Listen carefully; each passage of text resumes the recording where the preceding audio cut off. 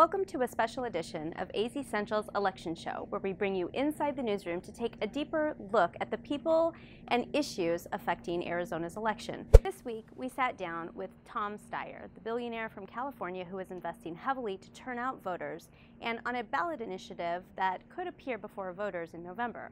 That ballot initiative would mandate that utility companies have to get half of their energy from renewable energies. First, he sat down with our reporter, Ryan Randazzo, to talk about his activity in Arizona. Then, our team of reporters talked about that conversation.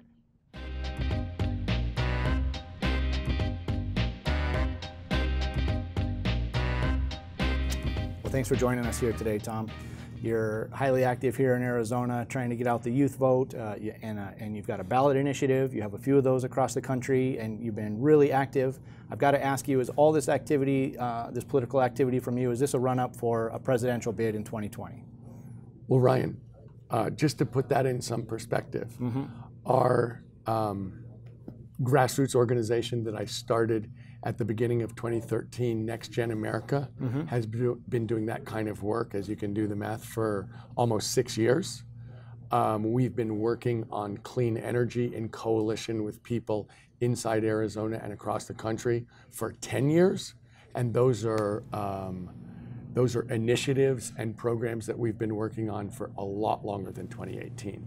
So this is absolutely substantive work that is a continuation of things that we've done over the years. It's completely consistent with that, and that we absolutely care about, and is not something that we're using to build something else. It's valuable in and of itself.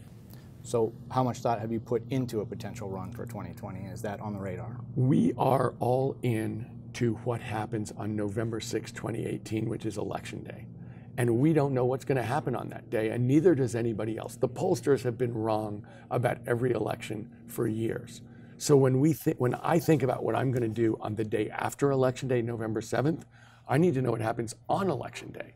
And as far as I'm concerned, I'm going to be working full-time for justice in the United States of America on the day after Election Day. But up through Election Day, I am completely focused on working as hard as possible to get the good things to happen across this country that I can contribute to. Okay. You pledged about 8 years ago to give away half your wealth to philanthropy and political causes. What would success look like for you? What would a success be? What do you want to see in the end to make you feel good about that decision? What are the results in the United States of America? Yep.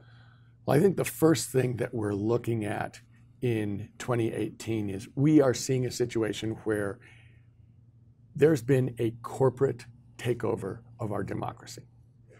And they have, because of the way the rules have worked, we have seen corporations basically control who gets elected and then control the rules for themselves.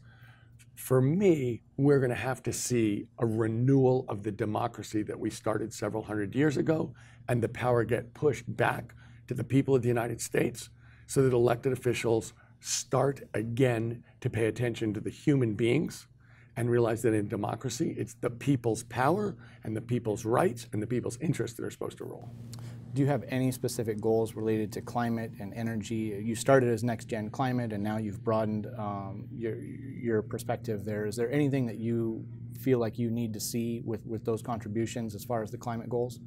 Well, obviously, we're believers, along with a coalition of people in Arizona, in the idea that we should have 50% renewable energy by 2030. And that's a statement of the technology is here. It'll be cheaper energy. It'll create more jobs, a lot more jobs. It will create cleaner air. So from our standpoint, we really feel as if the technology is here to help people keep costs down, create jobs, and create much better health. So from our standpoint, there is no time to waste. We have the technology to move things forward, and we've got to do it. So yes, we're believers that this coalition and our proposition on the ballot in 2018, that's an absolutely substantive, important step that also sends a message that the power is going back to the people, that the corporations can't dictate what kind of energy we get, and that the people understand this is the future, this is the right way to go. We control the power, the people rule. You could choose to take this activity anywhere in the country. You have a ballot initiative in 3 different states, Michigan, Nevada, and Arizona. I know you dropped the Michigan because you had a different experience there with the utilities, but why those 3 states, and in particular, why Arizona? Why did Arizona end up on your map? Well, let me just clarify for a second, because I assume most people don't know what happened with the proposition that we, with a coalition of people from Michigan, were pushing. The 2 utilities there agreed that this was the future, together with the organized labor community in Michigan, business in Michigan, and environmental justice communities in Michigan. We all agreed there was a way to do this that would help in every way. So rather than go through a proposition, we came up with a deal with the utilities and all of those other parts of the community to say this is a better way to go. We don't need to fight. This is the kind of thing we should all be pushing. In Arizona, one of the reasons that we felt that this coalition and this proposal were so important is this is a state which is one of the sunniest states in the United States.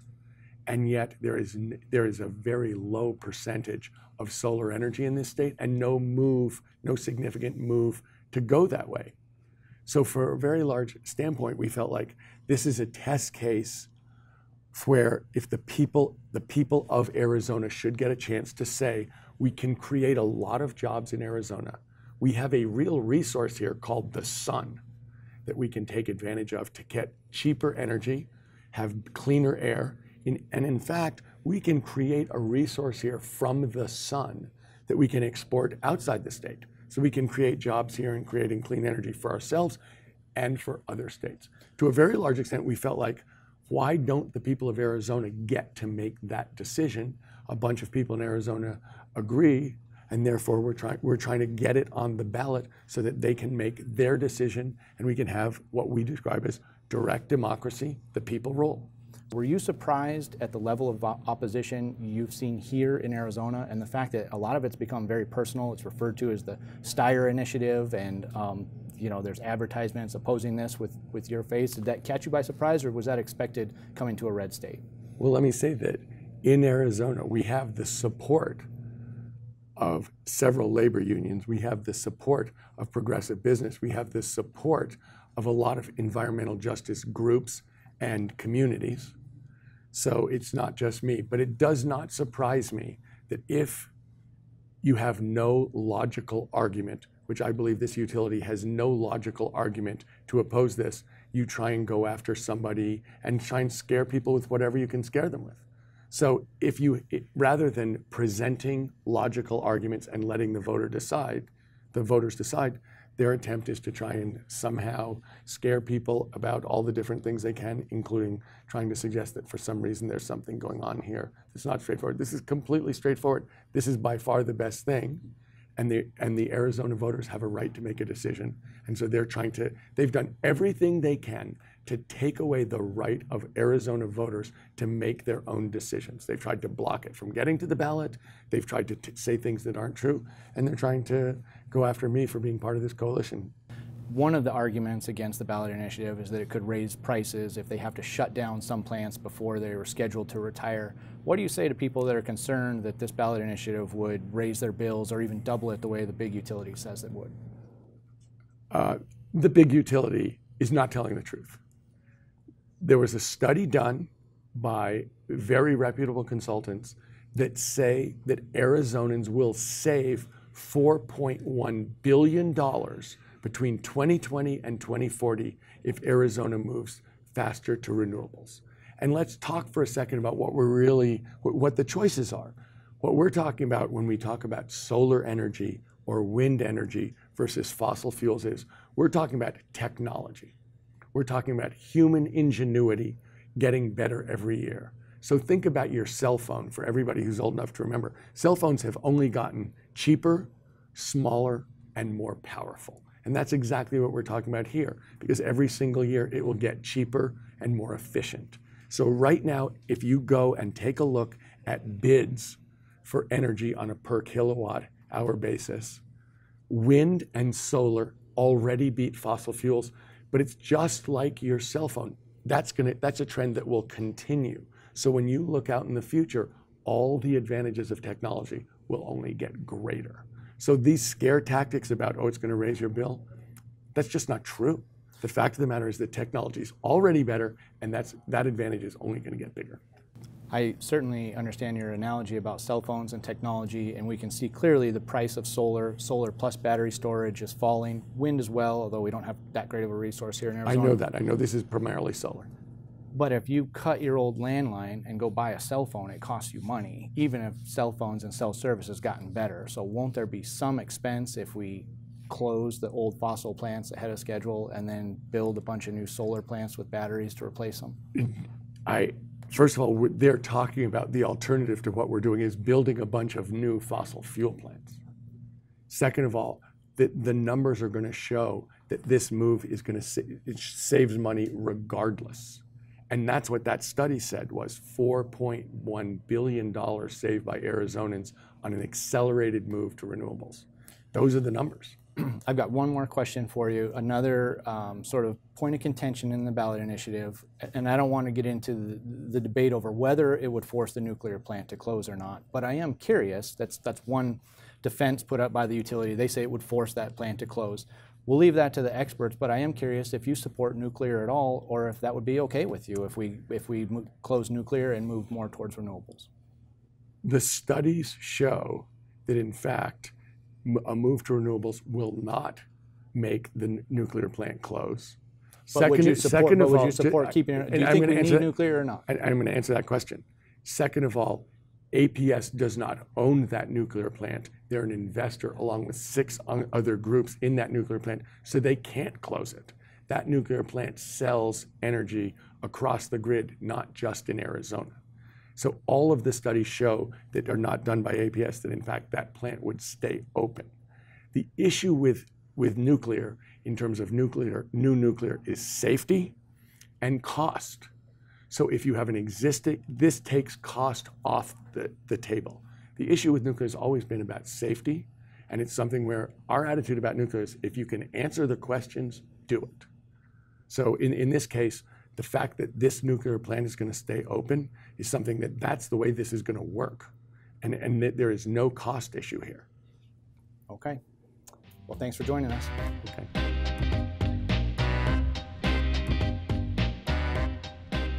Really fascinating discussion, Ryan. What were your big takeaways from your conversation with him?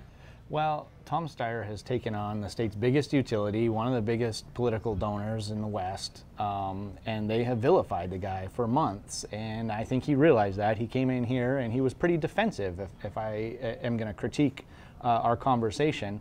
But he was also pretty well versed in the Clean Energy Initiative. We talked a little bit off camera ahead of it, and we talked in between our takes, and he actually got a little bit more in the weeds than I really wanted to for our discussion. So that surprised me a little bit. I sort of anticipated this would be sort of an aloof billionaire, not really well versed in these details, but I mean, he's spending a lot of money and seems to really care about those details. But then again, to hear him tell it, you know, to pass this initiative would be zero threat to the nuclear plant. It would not raise anybody's bills. And that seems like an awful big gamble to take. To hear him tell it, APS is just lying to us that, you know, the nuclear plant is not threatened at all by his Clean Energy Initiative, and it wouldn't raise bills. And, you know, we have a much lower energy standard in the state today, and that does raise bills. I mean, APS charges you $5-6 a month just to meet the small energy standard, renewable energy standard we have today. So I think there's probably room for debate on what that actually does to consumers. He also gave some really interesting insight, I think, behind the scenes, and you can listen to it in our podcast about how he intends to respond to some of these attack ads about him. Moving to the voter registration efforts, he seems to be playing the long game here in Arizona. He's investing for the first time here to try to register new voters, low efficacy voters, young people, and others who might help change the electorate in a very meaningful way. What are you seeing on the college campuses that you're visiting? So they are on 23 college campuses, which includes obviously the big three, ASU, U of A, and NAU, but a lot of community colleges as well. They're having welcome week events and, you know, fun things for students to do. Like tonight there's an event for Popsicles for Progress. There's always like some sort of free food. I feel like that helps with the college electorate.